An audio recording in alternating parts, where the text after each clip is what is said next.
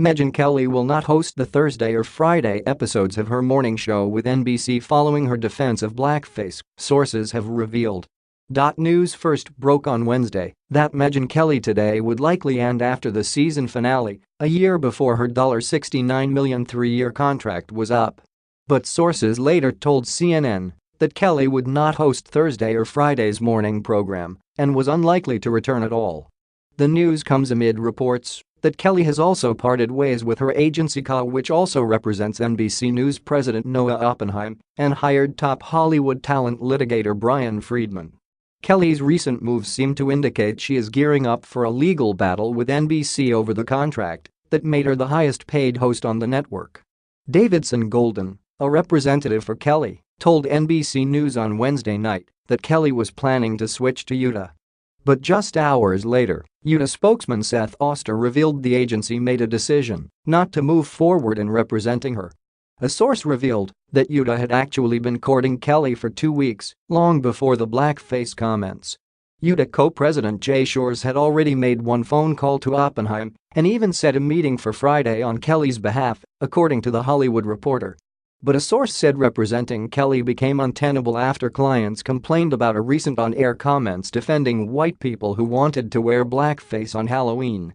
News first broke of Kelly's imminent removal from NBC's daytime program hours after it was revealed that the House of Cards cast had pulled out of an appearance on her show next week and that Chairman Andy Lack had personally condemned her remarks.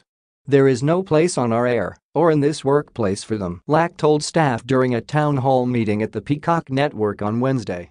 "As we sort through this with Megyn, let there be no doubt that this is a workplace in which you need to be proud and in which we respect each other in all the ways we know is foundational to who we are," he continued. A source told Variety that Kelly and NBC News were discussing whether she might be happier appearing on the network's evening program instead. "Where do you think Megyn Kelly would be happier, as part of big breaking news or forced to cover light-hearted stories that traditionally work at 9 a.m., the source said. Kelly took part in NBC's coverage of Brett Kavanaugh's hearing, and she was scheduled to help cover election night for the network on November 6.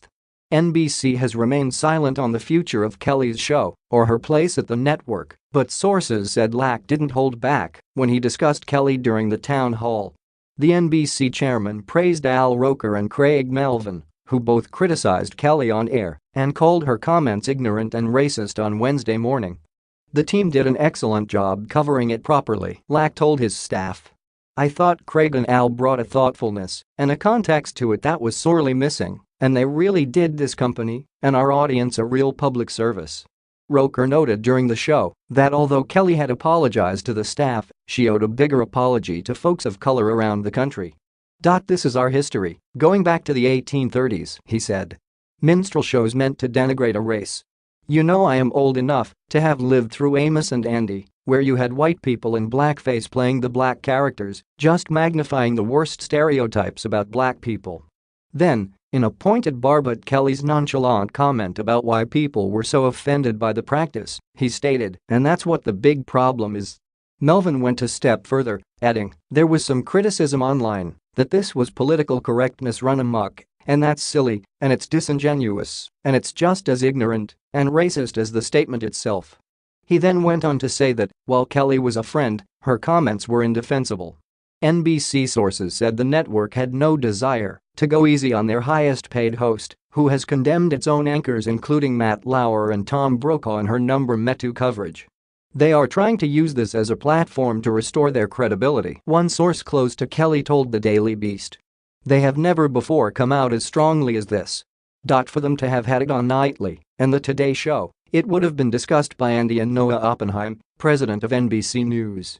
She was going very hard on the number Metu stuff, and they didn't like that, and they couldn't stop her, and now this is payback."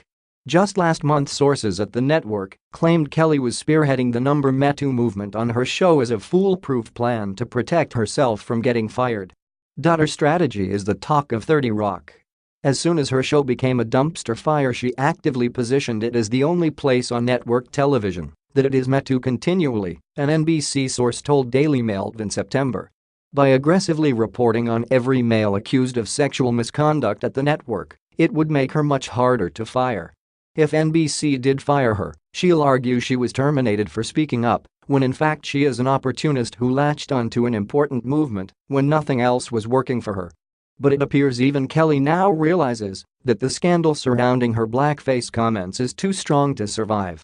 Sources at multiple networks told DailyMail.com that members of the former Fox News host's team have been trying to find a new home for her. Those networks aren't biting though, with one executive at ABC saying, "We wouldn't hire her in a million years. She's toxic and her personal brand is finished." An insider at the agency that represents Kelly confirmed that the calls to other networks and news organizations were indeed taking place, but claimed it was all standard practice. There have been some preliminary discussions, but it is normal for agents to be aware of what's out there, but nothing significant yet, said the insider. That individual then added, "I wouldn't make too much of it." When asked for comment, Kelly's publicist said that reports of any person on Kelly's team reaching out to other networks was absolutely false. NBC did not respond to a request for comment. At the same, an NBC executive told DailyMail.com that Kelly will not be missed if she does decide to jump ship. That hour used to be a ratings hit with Al Roker and Tamron Hall, and it was relatively inexpensive to produce, said the executive. Now viewers get to witness the greatest example of white privilege on television. She defended blackface. "I mean, how is this acceptable in any way? She needs to go. Andy and Noah need to own this mistake and fire her. There shouldn't be a place for someone with these views to remain on NBC News," they added. One veteran network correspondent told DailyMail.com that they hope NBC transfers Kelly from the news division to Bravo. She'd fit in perfectly on The Real Housewives of New York, as all she seems capable of doing is creating drama and controversy, they quipped. NBC first covered the scandal on its nightly news program on Tuesday night, with host Lester Holt devoting a considerable amount of time to Kelly's comments. He also made note of Kelly's comments from 2013, in which he stated on Fox News that both Santa and Jesus are white. An emotional Kelly began her program on Wednesday by reading prepared remarks in which she apologized for her comments from the previous day. "I'm Megyn Kelly. And I want to begin with 2 words: I'm sorry," said Kelly as she fought back tears. "I have never been a PC kind of person. But I do understand the value in being sensitive to our history, particularly on race and ethnicity. This past year has been so painful for many people of color. The country feels so divided. And I have no wish to add to that pain and offense.